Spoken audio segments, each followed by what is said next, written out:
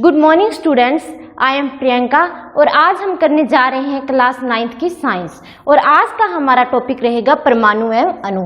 आपने अपने first chapter के अंदर पदार्थ के बारे में पढ़ा था। पदार्थ जिसे द्रव्य के नाम से भी जानते हैं। कौन से नाम से जानते हैं? द्रव्य। जहां भी द्रव्य आपको इस चैप्टर के अंदर वर्ड आए तो आप समझ जाना कि वो पदार्थ है। अब पदार्थ क्या है? कोई भी वस्तु जो सॉलिड, ठोस, गैस या द्रव अवस्था में है वो है पदार्थ। फॉर एग्जाम्पल ये ग्रीन बोर्ड ही ले लो आप, ये चौक ही ले लो या कोई लकड़ी का टेबल ही ले लो। अब मैं अगर आपसे कहूँ कि ये चौक बना कैसे हुआ है, ये चौक किससे बना है, तो आप कहोगे कि ये चौक छोटे छोटे कणों से मिलकर बना है। और अगर मैं बात करूं कि ये ग्रीन बोर्ड किससे बना है तो आप कहोगे ये लकड़ी से बना है। ये लकड़ी से बना तो है, फिर आखिर लकड़ी किससे बनी है? तो फिर आप कहोगे कि लकड़ी को छोटे छोटे पार्ट्स में डिवाइड करते जाएं तो सबसे छोटे से छोटा कण आएगा, उन कणों से मिलकर ये बोर्ड बना है। हाँ, यही बात हम करने जा रहे हैं कि कोई भी इस धरती पे द्रव्य है, कोई भी पदार्थ है, वो छोटे से छोटे कणों से मिलकर बना है। बात करें अगर हम इस चौक की, चौक को ही ले लो, तो अगर इसमें चौक को तोड़ती जाऊं तो बहुत छोटे छोटे कण हमें मिल रहे हैं, और इसे और आगे तोड़ती जाऊंगी तो एक स्टेज ऐसा आएगा जिसमें बहुत छोटा कण हमें प्राप्त होगा जिसे और आगे तोड़ा नहीं जा सकता। और वो कण क्या कहलाता है? परमाणु। वो कण क्या कहलाता है? परमाणु। उसी परमाणु के बारे में आज हम डिस्कस करने जा रहे हैं। तो पदार्थ किससे मिलकर बना होता है? परमाणु से। और ये परमाणु क्या होते हैं? ये परमाणु वो छोटे से छोटे कण होते हैं जिन्हें और ज्यादा तोड़ा नहीं जा सकता, जिन्हें और ज्यादा तोड़ा नहीं जा सकता। ये पदार्थ के वो छोटे से छोटे कण हो सकते हैं जिन्हें और ज्यादा तोड़ा नहीं जा सकता। अब ये बात करो, अब आप कहोगे कि चौक का एक छोटे से छोटा कण तो हमें दिखाई दे रहा है, बिल्कुल छोटा कण है जो। ऐसा नहीं है, पर जो कण हमें दिखाई दे रहा है परमाणु उससे भी ज्यादा छोटे होते हैं। वो कण भी आगे तोड़े जा सकते हैं और परमाणु उससे भी ज्यादा छोटे होते हैं, और वो हमें सिर्फ माइक्रोस्कोप से दिखाई दिए जाते हैं। तो ये बात आपको क्लियर हो गई कि कोई भी पदार्थ है वो परमाणु से मिलकर बने हैं। परमाणु क्या है? परमाणु वो छोटे से छोटे, वो सूक्ष्मतम कण है जिन्हें और ज्यादा तोड़ा नहीं जा सकता है। तो अभी हमने देख लिया परमाणु क्या है। उसके बाद में देखो, इसे सबसे पहले किसने बताया था? महर्षि कणाद थे जो इंडियन थे, उन्होंने परमाणु को परिभाषित किया था। तो उन्होंने क्या बताया था कि जो पदार्थ होता है, अगर उसको, कोई भी पदार्थ होता है, अगर उसको हम विभाजित करते जाएं तो एक ऐसी सीमा आएगी जिसके बाद उसे आगे विभाजित नहीं किया जा सकता। और वो जो हमें कण प्राप्त होगा, जो सबसे सूक्ष्मतम कण प्राप्त होगा, वो अविभाज्य रहेगा। वो कण क्या रहेगा? अविभाज्य कण रहेगा। और उसी अविभाज्य कण को उन्होंने कहा था परमाणु।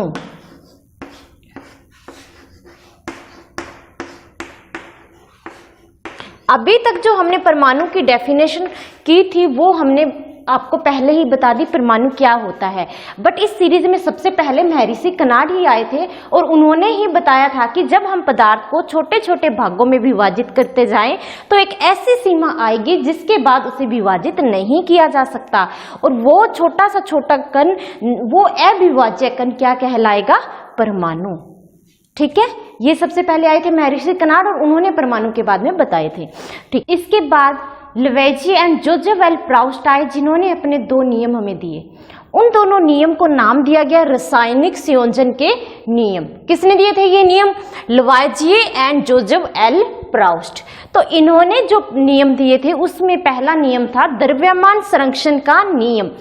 द्रव्यमान संरक्षण का नियम, जैसे कि इसके नाम से ही क्लियर है कि द्रव्यमान संरक्षण, जिसके अंदर द्रव्यमान है वो संरक्षित रहता है। चलो पहले इसकी डेफिनेशन देखो फिर समझाती हूँ। किसी रासायनिक अभिक्रिया में, कोई भी रासायनिक अभिक्रिया हो रही है, द्रव्यमान का न तो सर्जन किया जा सकता है और न ही विनाश किया जा सकता है। सिंपल वर्ड्स में देखो कि जब भी कोई रासायनिक अभिक्रिया होगी तो उसमें जो द्रव्यमान है उसका न तो बनाया जा सकता है और न ही उसका विनाश किया जा सकता है। द्रव्यमान क्या होता है? मास। किसी भी चीज का मास मतलब भार, भार तो नहीं कहेंगे बट सिंपल वर्ड्स में मैंने आपको समझाया है द्रव्यमान।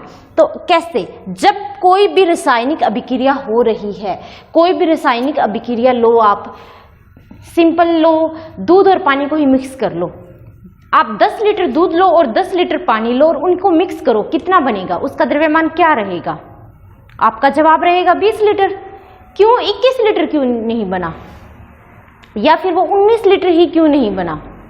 यही तो बात है कि जो बात, ये जो लो है ये आपको बहुत पहले से ही पता है कि जब हम उनको मिक्स करेंगे तो उनका जो द्रव्यमान है वो संरक्षित रहेगा। 10 + 10 को जब आपने मिक्स किया है तो वो 20 लीटर ही आएगा। और यही बात ये इस लो में भी कह रहा है, किसी रासायनिक अभिक्रिया में द्रव्यमान को न तो सर्जन किया जा सकता है और न ही उसका विनाश किया जाता है। मतलब किसी भी अभिक्रिया को होने से पहले या होने से बाद में उसका जो द्रव्यमान है वो सेम रहेगा, मतलब संरक्षित रहेगा। अगर पहले जो अभिकारक थे उनका अगर द्रव्यमान 50 ग्राम था तो बाद में भी उसका द्रव्यमान कितना रहेगा, 50 ग्राम ही रहेगा। मानो ये 25 था, ये 25 था, टोटल था 50 ग्राम, तो सी भी कितना बनेगा, 50 ग्राम। यही बात इसने अपने इस नियम में कही थी। और अब उन्होंने जो दूसरा नियम दिया था वो कौन सा दिया था, स्थिर अनुपात का नियम। इन्होंने पहला दिया था नियम जो मैं आपको करवा चुकी हूँ, दूसरा नियम इन्होंने दिया था स्थिर अनुपात का नियम। मतलब कोई भी पदार्थ होता है उसके अंदर जो अनुपात होता है वो स्थिर रहता है। किसका अनुपात स्थिर रहता है, यही बात उस टाइम तक हमें नहीं पता थे यौगिक क्या है और तत्व क्या है। इन्होंने ही सबसे पहले बताए कि तत्व क्या है और यौगिक क्या है। तो उन्होंने ये बताया कि कोई भी पदार्थ है उसके अंदर तत्व भी होते हैं, यौगिक भी होते हैं, उनका अनुपात बताया। सबसे पहले मैं वो बताऊंगी आपको, यौगिक क्या होता है। यौगिक, अगर मैं एग्जांपल लूं वाटर का फॉर्मूला क्या होगा, H2O। तो ये जो पूरा है ये क्या है, एक यौगिक है वाटर, और इसके अंदर जो हाइड्रोजन एंड ऑक्सीजन प्रेजेंट है ये क्या है, तत्व। हाइड्रोजन एंड ऑक्सीजन इसके अंदर क्या है, तत्व। ये बात समझ आ गई। यौगिक है H2O और जो इसके अंदर प्रेजेंट है हाइड्रोजन और ऑक्सीजन वो क्या कहलाते हैं, तत्व। यही बात उसने कही कि किसी भी यौगिक के अंदर जो तत्व होते हैं उनका जो अनुपात होता है, उनके जो द्रव्यमानों का अनुपात होता है वो स्थिर रहता है। भी जो हाइड्रोजन और ऑक्सीजन के द्रव्यमानों का अनुपात होगा वो क्या रहेगा, स्थिर रहेगा। स्थिर रहते हैं, कैसे स्थिर रहते हैं, देखो अब H2O है, अब आप बताओ H का मोलिकुलर मास कितना है, 1 है, और यहाँ पे कितने H है, 2 है, तो इसका द्रव्यमान कितना हुआ, 2। और ऑक्सीजन का कितना होता है द्रव्यमान, 16 होता है। तो अगर हम इनके अनुपात की बात करें तो इनका क्या अनुपात आया, 1:8। मतलब जब भी H2O बनेगा, जब भी जल या वाटर बनेगा तो उसके H और O का अनुपात, H और O का अनुपात हमेशा 1:8 रहेगा। ये जो जल है या ये जो वाटर है ये आपने चाहे कहीं से भी लिया हो, ये चाहे आप अपनी लैब में बना लो या आप टैप वाटर ले लो या बारिश का पानी ले लो या सी का पानी ले लो, कहीं से भी आप लो इसको, इसके अंदर जो हाइड्रोजन और ऑक्सीजन का जो अनुपात है वो हमेशा 1:8 रहेगा। अब बात करें, हमने क्या कहा था, निश्चित द्रव्यमानों के अनुपात में, मतलब इनके द्रव्यमानों का अनुपात निश्चित होता है। अब द्रव्यमान की बात करते हैं, अगर कैसे, अगर हमने 9 ग्राम वाटर लिया है, हमने कितना लिया है, 9 ग्राम, तो इसके अंदर हमेशा 1 ग्राम क्या रहेगा, हाइड्रोजन रहेगा, और इसके अंदर 8 ग्राम क्या रहेगा, ऑक्सीजन रहेगा। मतलब पहले नियम के अनुसार इसका द्रव्यमान भी स्थिर रह रहा है, 8 + 1 9, इसका द्रव्यमान भी क्या है, स्थिर रह रहा है, और इसका जो अनुपात है वो भी क्या है, एक निश्चित है। आप अब देखो कहीं से भी वाटर लोगे उसके अंदर हाइड्रोजन और ऑक्सीजन ही विद्यमान होंगे और उनका जो अनुपात है वो हमेशा 1:8 रहेगा। क्लियर है। इसके बाद आया डाल्टन के परमाणु सिद्धांत। अब तक हमने पढ़ा परमाणु क्या है और दो हमने सिद्धांत किए जो लुईजी और प्राउस्ट ने दिए थे। तो उसके बाद जो डाल्टन आए, डाल्टन ने क्या किया, जो अब तक जो विचार आए थे या सिद्धांत आए थे उन सबको इकट्ठा किया, उन सबको जोड़ा और अपना एक अलग से सिद्धांत बनाया जिसे उन्होंने नाम दिया डाल्टन के परमाणु सिद्धांत। तो डाल्टन के परमाणु सिद्धांत में क्या था, तो डाल्टन के परमाणु सिद्धांत करने से पहले हम कुछ बात करते हैं आपस में और उसी के आधार पर मैं आपको बताती हूँ डाल्टन के परमाणु सिद्धांत क्या है।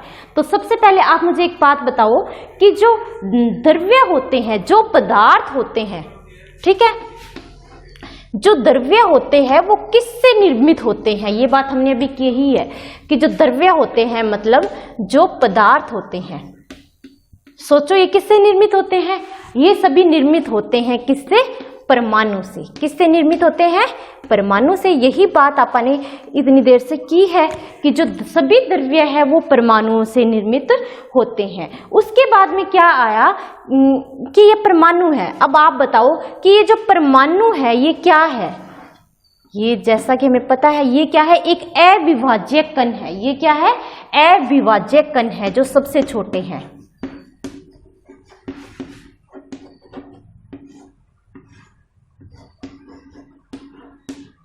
ठीक है, हमने किया पदार्थ है वो परमाणु से मिलकर बने हैं और जो परमाणु है वो अविभाज्य गुण है, कण है। और जो परमाणु है इसके द्रव्यमान को न तो सर्जित किया जा सकता है और न ही इसका क्या किया जा सकता है, विनाश। ये बात हम पढ़ चुके हैं, सर्जित व विनाश नहीं किया जा सकता। कहाँ पढ़ा था ये हमने, पहले नियम के अंदर, द्रव्यमान संरक्षण के नियम के अंदर। इसको न तो सर्जित किया जा सकता है और न ही विनाश किया जा सकता है। तो उसके बाद क्या आया, कोई भी तत्व हमें दे दिया, मतलब कोई भी यौगिक हमें दिया है, मानो एक है जल मतलब वाटर और एक दिया हमें अमोनिया मतलब NH3। इन दोनों के अंदर बताओ कौन से तत्व है। इसके अंदर भी हाइड्रोजन है और इसके अंदर भी क्या है, हाइड्रोजन है। देखो दिख रहा है ना, इसमें भी तत्व क्या है, हाइड्रोजन, और इसमें भी तत्व क्या, हाइड्रोजन। अब आप ही बताओ क्या इन दोनों हाइड्रोजन का द्रव्यमान अलग अलग रहेगा? नहीं। अगर हाइड्रोजन का द्रव्यमान 1 यूनिट है तो इस दोनों हाइड्रोजन का द्रव्यमान क्या रहेगा, 1 यूनिट ही रहेगा, चाहे वो कहीं भी प्रेजेंट है, किसी भी यौगिक के अंदर प्रेजेंट है। यौगिक चाहे कुछ भी रहे, वाटर रहे या अमोनिया रहे, इनका जो द्रव्यमान है वो 1 यूनिट है तो 1 यूनिट ही रहेगा। ये बात समझाई। और इसके जो फिर क्या इसके रासायनिक गुणधर्म बदल जाएंगे? नहीं, ये किसी भी यौगिक के अंदर विद्यमान रहेगा, इसके रासायनिक गुणधर्म हमेशा समान रहेंगे। क्या रहेंगे? समान रहेंगे। ये बात हुई क्लियर? अब देखिए, जैसे हमने यौगिक लिया वाटर, क्या लिया, वाटर मतलब H2O। H2O में कौन कौन से तत्व है ये तो आपको पता है, हाइड्रोजन और ऑक्सीजन है। अब क्या बताओ आप, हाइड्रोजन और ऑक्सीजन का द्रव्यमान एक जैसा रहेगा? नहीं, हाइड्रोजन का द्रव्यमान अगर 1 यूनिट है तो ऑक्सीजन का द्रव्यमान कितना है, 16 यूनिट है। क्या इनका द्रव्यमान सेम है? नहीं है। और इनके रासायनिक गुणधर्म भी अलग अलग होंगे, ये भी अंडरस्टूड है। तो क्या हुआ कि किसी भी यौगिक में अगर भिन्न भिन्न तत्व है, हाइड्रोजन और ऑक्सीजन क्या है, भिन्न भिन्न है, तो उनका द्रव्यमान भी अलग होगा और उनका जो रासायनिक गुणधर्म है वो भी क्या होंगे, अलग होंगे। ठीक है, ये बात आपको समझ आ गई। अब आप ये बताओ कि कोई भी यौगिक बना कैसे होता है। कोई भी यौगिक, मानो अमोनिया ही ले रहे हैं हम, अमोनिया किससे मिलकर बना है? नाइट्रोजन और हाइड्रोजन से। अब नाइट्रोजन और हाइड्रोजन कैसे प्रेजेंट है, वो कैसे यहाँ पे है, वो जो तत्व है ये किससे मिलकर बना है? तत्व से मिलकर बना है, नाइट्रोजन और हाइड्रोजन, ये दो तत्व है, तत्वों के संयोग से ये भी बना है। तो ये जो नाइट्रोजन और हाइड्रोजन है इनका अनुपात क्या है, 1:3 है। इनके मतलब नंबर का अनुपात बता रही हूं। इसके अंदर फिक्स रहेगा कि अमोनिया है वो नाइट्रोजन और हाइड्रोजन से ही मिलकर बना है, चाहे वो आप उसे कहीं से भी ला रहे हो। और उनका जो अनुपात है, नंबर का अनुपात है, वो स्मॉल होल नंबर में होते हैं। मतलब क्या है, पूर्ण संख्याएं होती है।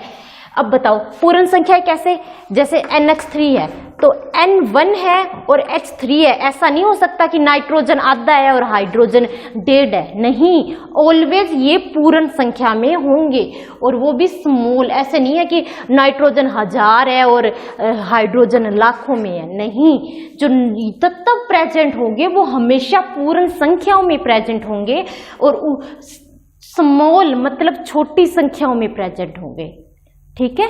अब देखो, अब आप कहोगे डाल्टन के परमाणु सिद्धांत क्या है, और आप तो जब से कुछ और ही डिस्कस किए जा रहे हो, नहीं, ये सब आपके क्या हो गए, डाल्टन के परमाणु सिद्धांत। डाल्टन ने 6 परमाणु सिद्धांत दिए थे और जिनको अपन ने 1 बाय 1 डिस्कस कर लिया है। क्या कहा था उसने कि कोई भी द्रव्य होता है, कोई भी पदार्थ होता है, वो परमाणु से मिलकर बना होता है, ये उसका पहला सिद्धांत था।